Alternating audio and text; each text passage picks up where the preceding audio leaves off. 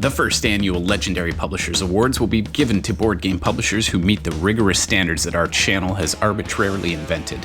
For the top 3 companies, we will be giving out free digital prizes at the end of the video to recognize their accomplishments. These are 2020's top 10 board game publishers here on Legendary Tactics. You're probably wondering how such a determination is made, and if you aren't, I'm going to tell you anyways. The size of the company doesn't matter. We're not looking at the volume of games that they churn out. Number 1, the most important criteria is that they publish at least one really great game or more in the last calendar year. This includes expansions. We also consider whether the company is porting digital versions of their games, because for some players, especially in 2020, digital tabletop games are emerging as a really important way to connect. Number 2, we also consider the value you get when you buy the game. What is the quality of the components, the artwork, the design choices, how accessible is the game to new players? These details really matter when it comes to getting a game to the table. And number 3, there's more to a board game publisher than just putting out games. We also consider the publisher's ethos. What do they stand for? Do they support their games after selling them? Will they communicate with us if we have questions or inquiries? Let's begin with some honorable mentions. Days of Wonder is a great company. They've been behind Ticket to Ride and Small World, Cosmos, Catan, The Crew. Excellent company. They didn't make the list this time, but I'm sure they'll be in good form for next year. Asmodee, which is a massive company that has its fingers in lots of different pies, will be represented by different smaller companies who are the namesake for them. But Rio Grande Games produces great games, and Simon, who is responsible for Blood Rage, Rising Sun, they're known for their beautiful minis. These are all wonderful companies. They didn't make the list this year. But a great starting point for our rankings is to look at the top games of 2020, and the highest ranked game of 2020 on the Board Game Geek is Gloomhaven, Jaws of the Lion. But before we get to Cephalofair Games, we're going to start with our number 10 choice, and this is Fantasy Flight. The list of games from Fantasy Flight is exhaustive. Everything from Arkham Horror the card game, Mansions of Madness, The Lord of the Rings, Twilight Imperium, Eldritch Horror, Star Wars Outer Rim, Marvel Champions the card game, Star Wars Rebellion, and one of my favorites, Cosmic Encounter. They publish a massive array of board games and card games, miniature games, and digital games. They utilize innovative gameplay and immersive story-driven gaming experiences. And in 2014, they merged with Asmodee. In 2020, they released Twilight Imperium Prophecy of Kings expansion. There really wasn't a new huge game in 2020 from Fantasy Flight, and they expanded on some past successes, but they weren't really innovating this year because they paused the release of new content with COVID. Number 9, Matagot. It's a company with a really strong catalog of games, including Cyclades, Kemet, Captain Sonar, and Innis. This company started back in 2005, and their goal is to create games for everyone. They emphasize aesthetic beauty of their games. If you've ever played my favorite game, Kemet, you'll know what I mean. They're partners with Stonemaier Games and many others, and they rank 9th because they're publishing a lot of previously released games as French editions, such as Root, Wingspan, My Little Scythe, and their next big release next year will be Kemet Blood and Sand. I'm really looking forward to that one. Number 8 on our list is Cephalofair Games. Though this company is hyper-focused on a single game, it also happens to be the top-ranked game on the Board Game Geek, Gloomhaven. In 2020, they released Gloomhaven Jaws of the Lion, which ranks 14th on the BGG. This company really hates randomness in games. To win one of their games, you need to earn it. They really emphasize strong thematic concepts with challenging and complex systems to explore. 2021 looks promising for them with the upcoming Frosthaven release. Number 7 is Ravensburger. You probably know Disney's Villainous, Jaws, The Castles of Burgundy, Scotland Yard, Minecraft Builders and Biomes, and this year, in 2020, Marvel Villainous. They also released the Princess Bride adventure book game. Ravensburger is a huge company with a complicated corporate structure, and while they have one of the least attractive websites of all the companies, they've put out excellent games this year. The Villainous series and the Princess Bride adventure book game being two of the most recognizable.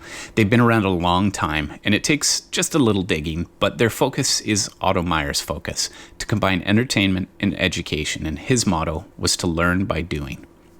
Number 6 on our list, Z-Man Games. Everybody's heard of Z-Man's board games this year. Their massive title, Pandemic, was everywhere.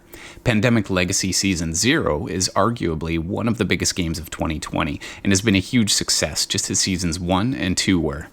Z-Man also made Tales of Arabian Nights in 2009, Carcassonne, and Love Letter previously. They're an innovative company that creates games for everyone to enjoy.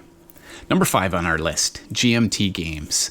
They've been around for 30 years. They're a smaller company that creates games for a very specific niche. Wargamers, strategy gamers, and they have a few euros.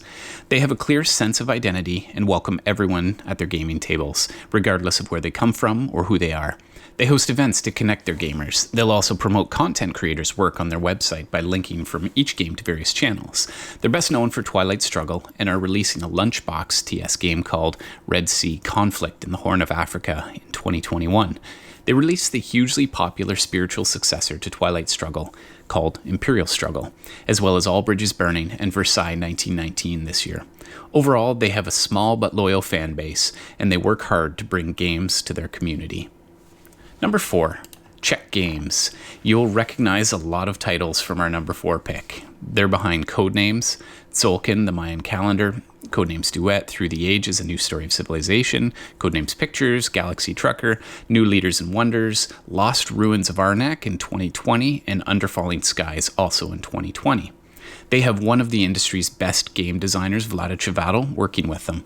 And while this company is churning out Codenames variants, they know when to pursue and develop a great game, so we can't fault them for that. It will be great when they get the Codenames app out, but for now, it's still in development.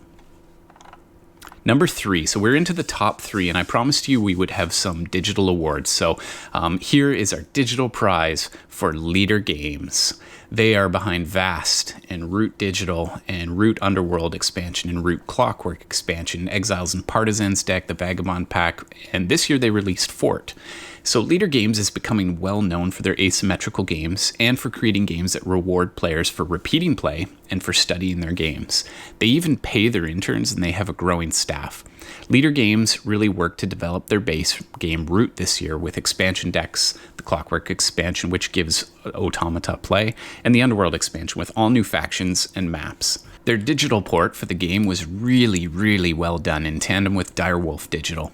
Fort was Leader's big release of 2020, and it's received strong reviews. Their next highly anticipated game is Oath, Chronicles of Empire and Exile. This is a company to keep an eye on. Number 2, this was a really surprising pick. I didn't think they were going to make it this high on the list, but the deeper I dug into it and the more I looked at what games they released this year, the more I had to put them in the number 2 spot. This is Direwolf Digital. Just take a look at the games that they've released in 2020. Some notable titles are Dune Imperium, and this was their first physical tabletop game. The Root Digital game, Game of Thrones Digital, Sagrada. So they've exploded onto the scene with really strong implementations of tabletop games this year. They don't have a strong mission statement or clear identification of purpose on their site, which is why they didn't take the first spot on our list. But with this quality of games that they're porting, they can be forgiven for that oversight.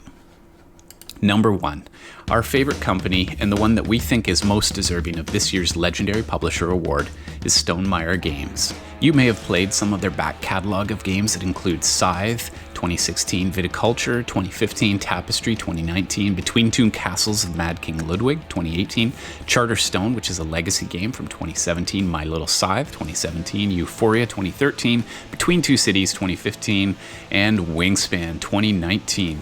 So Wingspan is also 21st on the Board Game Geek. It became digital in 2020, and it's a masterpiece. This game got 2 expansions this year, the European Birds and Oceania. Stonemaier also released Pendulum this year, and it's a strategy game which uses real time as a resource to invest in order to build your best engine. When you crack a Stonemaier game out of the box, you get high quality components, gorgeous artwork, and a tactile experience worthy of celebration. We reached out to Jamie Stegmaier from Stonemaier, and he graciously interviewed with us. I'll link to that interview so you can get some insights into his company's philosophy and into what's coming in 2021 for Stonemaier.